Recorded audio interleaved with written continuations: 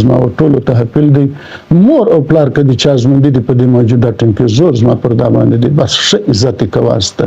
چې دا هر چا هغه ژوندي وي په هر ځای کې وي ژوندي. بسم الله الرحمن الرحیم. زما له ډېره وخته ځاخره په دې یوه شي کې سوچ بند هم دی او زه مې چې دا د خپل زړه بړاس مې ایستلی وای شورېدلی هم ډېر یم. ما په خپله د مسترتابه کار کړی و او له پوښتنې ځان را شروع کړی بیا تر خپلې هلاکې پورې. اوس چې زه محدود دا خلک وینم او له خلکو سره کښېنم دا هر سړی د اولاد ځاخره سر ټکوي. بیا دا اولادونه موږ هم ورم پلرونه مو ور مندې وي ور کورونه ور سیمهدارۍ وي ور کلي وو. دا په هغه شي باندې چې زه اوس ورته ګورم زما دا نوي نسل ته ډېر لوی غټ حاپل دی ورته الله پاک د دوی په زړه کې هم رحم واچوي او ورته الله پاک وسمه لار ته راوړي چې په محبت باندې زه قسم درته کوم چې ځینې خبرې ما د پلار نه دي منلي هغه زما په ژمن له ما سره اوس کاږي او الله وعده هم کړې ده چې زه به تغو سړی نه وزنم چې چا د مور او د پلار نافرماني کړې وه هغه سړی به زه په هغه نام نه کوم بیا به مرګ راولم. او زما دا نوي نسل ته ډېر ډېر غټ حاپل دی او دا سوال دی ورته چې که د چا مور او پلار ژوندي دي لحاظ کوي عزت یې کوي قدر یې کوي. دویم که د چا مور او پلار نه وي د هغې هم ور الله پاک حدود ښکاره کړي دي وارې طریقه ښکاره کړي د الله پاک مشر ورور د پلار په مثال دی مشر ورندیار د مور په مثال دی د هغې د عزت کاږي د ورور د عزت کاږي مشر ورور په ګډ ژمن هم نه غلطاږي او نه خراباږي کې سران زندګي پورې تروي او د پلار ځای ځکه نیولی وي چې حال پلار سره لږ ډېر پاته سوی معنا یې دغه ده. نو پر دې خبره باندې زور کول پکار دي او سوچ کول پکار دي چې دا زموږ مور او پلار څه له بې قدره کاږي له موږ ځاخره په 4 زوی په 5 زوی کې چې یو زوی ورته ودرې هم ور د دې قدر کولی شي ور عزت کولی شي او ور د الله پاک هر سړي ته داسې اولاد ورکړي چې مور او پلار ځنې راضي وي او داسې بیماری ده هم الله وساتي چې هغه زوی ته ناوسه وي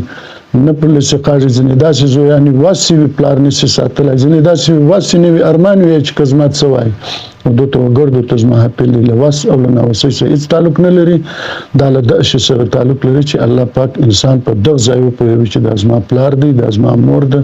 دا زما عزیز دی دا زما تربور دی دا زما مصر دی د دغه به زه لحاظ کوم.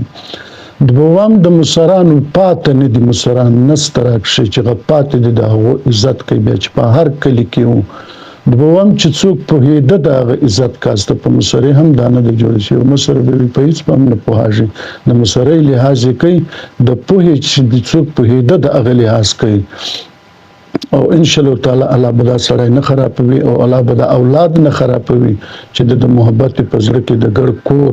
سوچ کول پکار دي د ګډ ورونه چې څو ورونه د هر ورور ته خپل ورور سوچ کول پکار دي چې یار دا زما ورور نظر ساتل پکار دي پر ورور باندې چې دا وخت اوس کوم دور روان دی په دې دور کې ستا په خپل کور کې د خرابېدلو والدین لکه له بهره چې د خلک خرابوي نو پکار دی چې سړی پر داسې سړي باندې نظر ساتي چې دا سړی مې له لاسه نه وځي چې یار له لاسه وځي بیا لاس له راورستګ بیا په حق ټیم کې وي چې بیا هغه هم لاس مږي هم لاس مږي او زه دا بیا په زور سره سوال کړم او دغه نوي نسل ته چې په محبت باندې او په ښه وخت باندې که سیمهدار وي او کې کلیوال وي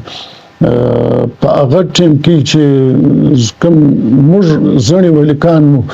ما به دا د بدۍ وال کسان لید د بدۍ به سره پر یو چاک پر یو ځای به سره ناس ور به ګپونو ور به خنداګان وي اوس چې خالی خبرې ولې توکل د خصمانه لګاږي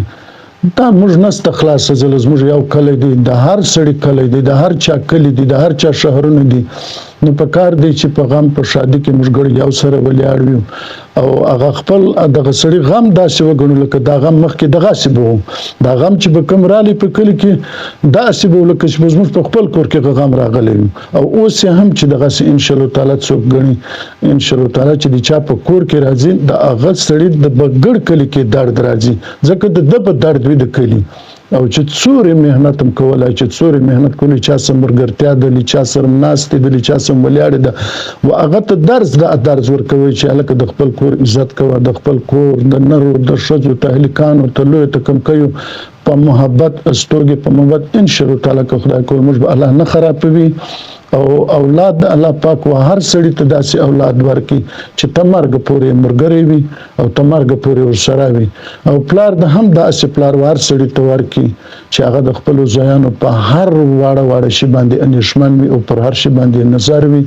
او انشاءالله تعالی که خدای کول دعا به هم کو او هر هغه سړی چې دا میسج اروي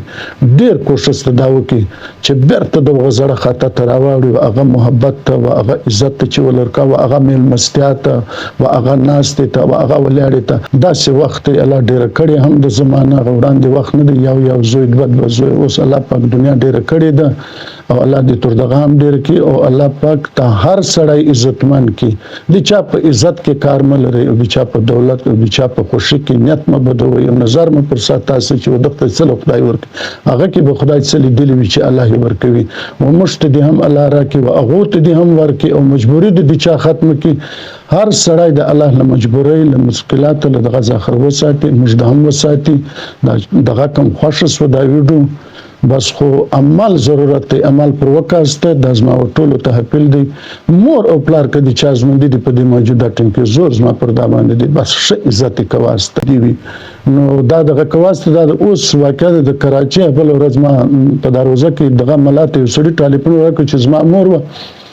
بیا هغه زما ښځې نه پرې شو بیا هغه ولې بیا د څه په وکولې بیا دا حکومت چې ځایونه جوړ کړي پکې داخله کوي چې دا بډاګان دغه په دغه کې مداخله کوي نو بیا هغه ټول بیا څه وصول غیبت قرآن ول راځي کنه هیڅ خبره هم نه ده بس انسان دی غلط سي ولې اوس ستنه هغه مرس ودا اسوځي پراوشه اوس په زت سکړم لدی بعد یاره تاسو قسم نه را باندې کوي ویډیو ما دغه کړي نه د چې ما لوټ کړي وای بیا دا خبره ډیره شپه ثبوت باندې و قسم دې هغه وځپاو شېلې پر زړای برید وکړ د مور له نصر ته مړه ته تلوړو تصور پورې دا چې کم د غزړلې د غملاغه ټلیفون په غنجه ته بس کاټوای دا مو هغه ولې وځپا ولې ستا وځپا څل نسته وځپا